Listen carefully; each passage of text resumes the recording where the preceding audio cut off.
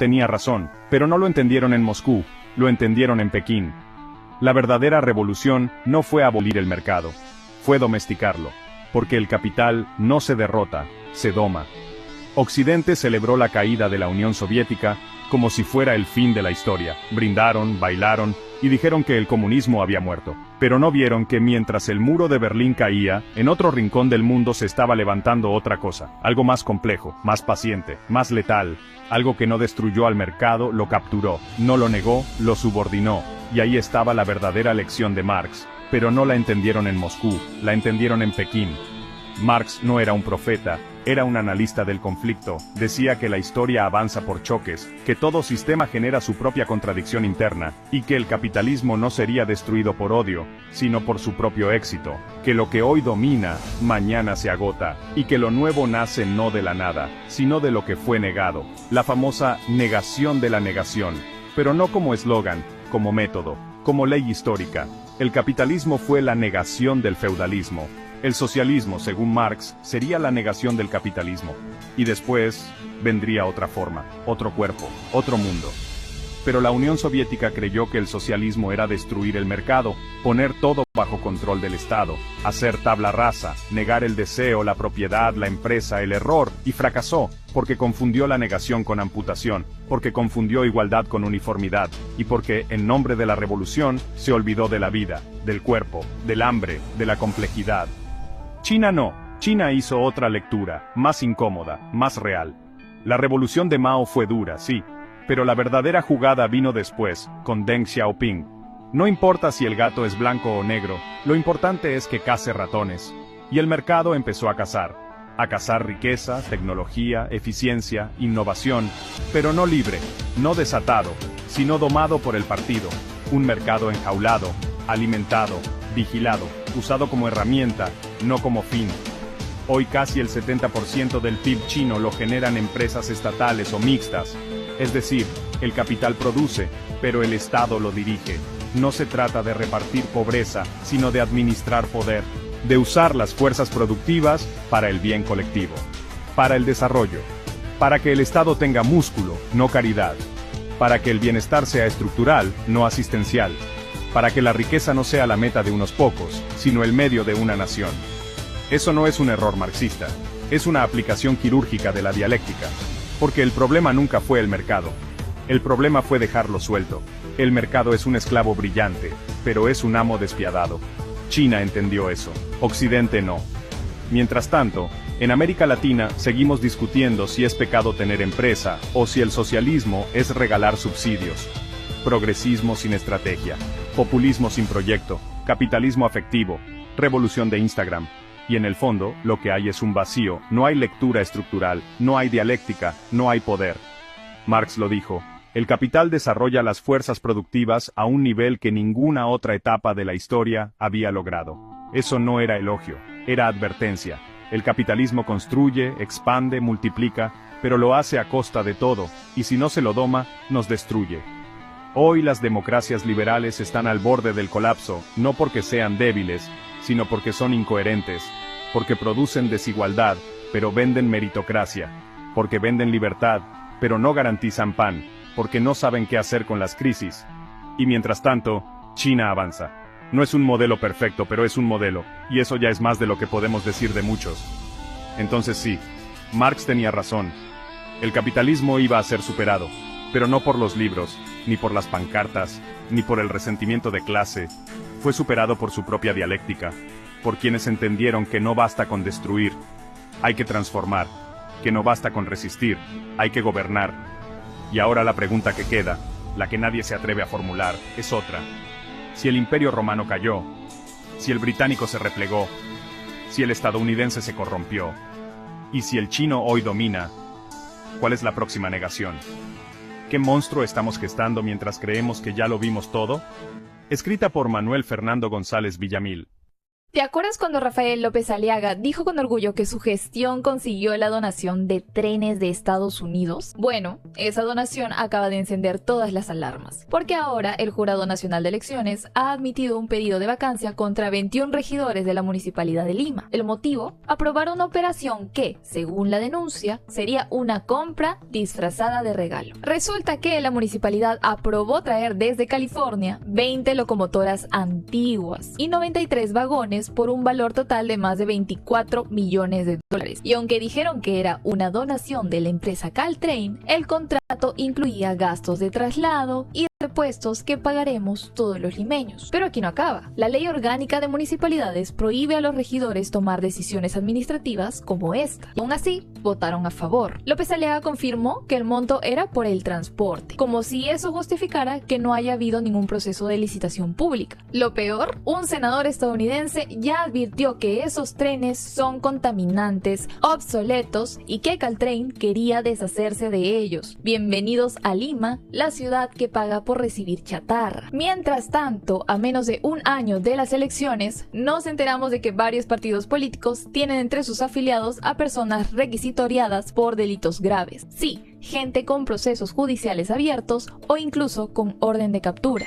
¿Cómo es posible? Porque el Congreso actual cambió la ley para que los partidos ya no tengan que hacer elecciones primarias abiertas. Antes, los ciudadanos votaban directamente por los precandidatos. Ahora, solo votan los delegados del partido. Resultado, menos filtro, más amiguismo. Y hablando de partidos que buscan asegurar su poder, Fuerza Popular ha propuesto una ley para que los congresistas puedan hacer campaña durante la semana de representación. ¿Sabes qué es eso? Es una semana al mes en la que los congresistas viajan a sus regiones para escuchar a la gente. Reciben un bono de 2.800 soles por eso. Pero ahora quieren que se les permita aprovechar ese viaje, pagado con nuestros impuestos, para hacer su proselitismo político. Una joyita de propuesta respaldada por varias bancadas. Y como si no fuera suficiente, el Congreso ha contratado 1.000 nuevos trabajadores en un solo año. Pasaron de 2.500 a más de 3.600 empleados. Eso es un promedio de 28 trabajadores por cada congresista. ¿Y sabes cuánto es el presupuesto del Congreso para el 2025? Más de 1.400 millones de soles para un Congreso con 2% de aprobación. Y sí, también aumentaron su bono por función congresal a 11.000 soles mensuales. En total, un congresista puede llegar a ganar casi 30.000 soles al mes. Además, ¿te acuerdas del ex premier Gustavo Adriansen, el que renunció para evitar ser censurado por minimizar el asesinato de 13 mineros en Patás? Bueno, adivina. Ahora quieren nombrarlo como representante del Perú ante las Naciones Unidas. Adriansen ya fue embajador en la OEA, luego premier, y ahora regresa a la diplomacia como si nada. Aquí no importa si fuiste cuestionado por todo un país, basta con tener el respaldo correcto.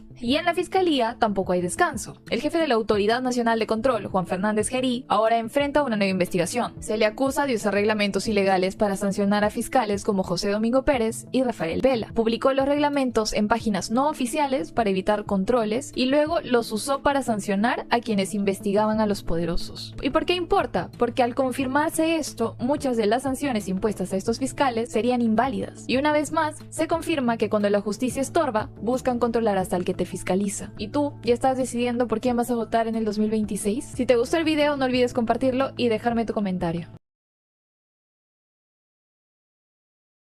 ¿Crees que el imperialismo terminó? Entonces no estás viendo nada. El colonialismo no murió. Solo cambió de disfraz. Ahora no vienen con crucifijos y rifles, vienen con dólares, ONG, Netflix y sanciones. Y tú, que crees que eres libre, estás más controlado que nunca. No necesitas tanques y controlas los bancos. El imperialismo actual no se basa en ocupar tu país con soldados. Se basa en controlar tu economía, tu cultura, tu información y tu gobierno. Te prestan dinero con condiciones que destruyen tu soberanía. Te imponen presidentes democráticos que solo obedecen al FMI. Te bloquean, te sancionan, te difaman si no obedeces. Y cuando votas por alguien que quiere liberar a tu pueblo, lo llaman dictador. Esto no es teoría. Te lo muestro. Venezuela, bloqueada, robada, sancionada, ¿por qué? Por no entregar su petróleo. Bolivia, Evo fue tumbado con un golpe blando por firmar acuerdos de litio con China. Irak, inventaron armas que no existían para invadir, robar el petróleo y dejar 500.000 de muertos. Cuba, más de 60 años de bloqueo económico por querer vivir sin patrones. Argentina, esclavizada por deuda del FMI con intereses que triplican lo prestado, eso es libertad. Eso es imperio. Con traje de civilización, ¿crees que piensas libremente? Te programan desde que naciste. El imperialismo también es cultural. Hollywood define quién es el bueno y quién es el terrorista. Te enseñan a odiar lo tuyo y amar lo importado. Tu historia fue reescrita para que te avergüences de tus raíces. Las universidades te educan en economía global para que no cuestiones el saqueo. Imperio es eso, que te exploten, y tú aplaudas, sigues creyendo que esto no te afecta. Cada vez que consumes productos baratos hechos con esclavitud, alimentas el sistema. Cada vez que repites lo que dijo CNN o la OEA, legitimas al imperio. Cada vez que dices, es que en Europa sí funcionan las cosas, mientras tu país se derrumba por saqueo, eres parte del problema. No es ignorancia. Ya es elección. Si después de todo esto sigues creyendo que el mundo está bien así, no es porque no sabes. Es porque elegiste cerrar los ojos. Y si eliges no ver el imperialismo, entonces calla cuando te falte medicina, cuando suba la gasolina, cuando tus hijos migren, cuando tu litio lo controle una empresa canadiense y tú sigas pobre. La próxima vez que te quejes, recuerda, tú decidiste no luchar. Comparte este video si estás harto de tanta ignorancia disfrazada de civilización. Y síguenos si quieres ver el mundo tal como es. No como te lo maquillaron.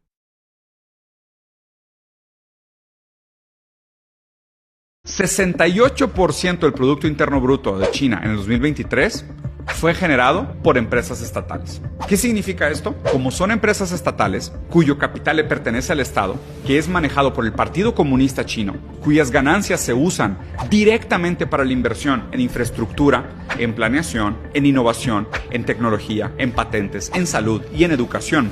El beneficio de estas empresas, del 68% de las empresas que hicieron el GDP de China en el 2023, se ve reflejado directamente en la calidad de vida de la base trabajadora. Si fueran otros países que tuvieran el mismo crecimiento que China, sin duda China ya tendría trillonarios. Sin duda, ¿eh?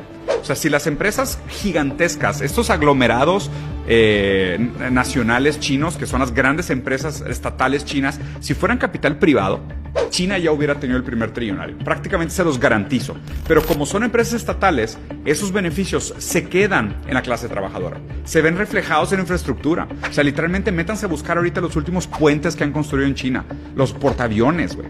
O sea, las bases. No, son una locura lo que están haciendo en infraestructura. Y lo más bonito de todo, para terminar, así al final de su viajecito, iShowSpeed le dijeron de que, oye, dime una manera de saludar a la banda. O sea, de saludarlos así como, no sé, acá en Monterrey sería, ¿qué pedo pariente? ¿Sabes? O sea, un qué pedo pariente, versión chino, y le dijeron esta frase a iShowSpeed, mira.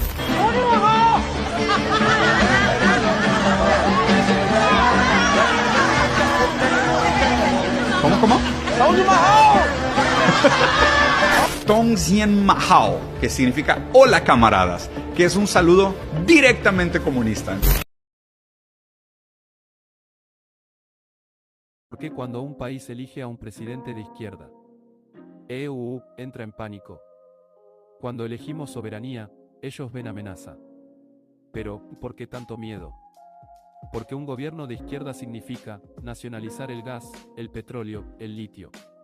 Sacar a las transnacionales. Dejar de pedir limosnas al FMI. Y eso le quita poder a las grandes empresas de EU y Europa. Si no obedeces, te destruyen. Lo hicieron con Allende en Chile. Con Evo en Bolivia. Con Chávez en Venezuela. Golpes. Sanciones. Sabotajes económicos. Porque el problema nunca fue la ideología, el problema es que esos gobiernos no se dejaban robar. Latinoamérica no es patio trasero. No somos propiedad de Wall Street ni del Pentágono. Si un gobierno protege a su pueblo y a sus recursos, no es dictadura, es soberanía. Comparte si tú también estás harto de que nos impongan qué pensar, qué vender y a quién obedecer.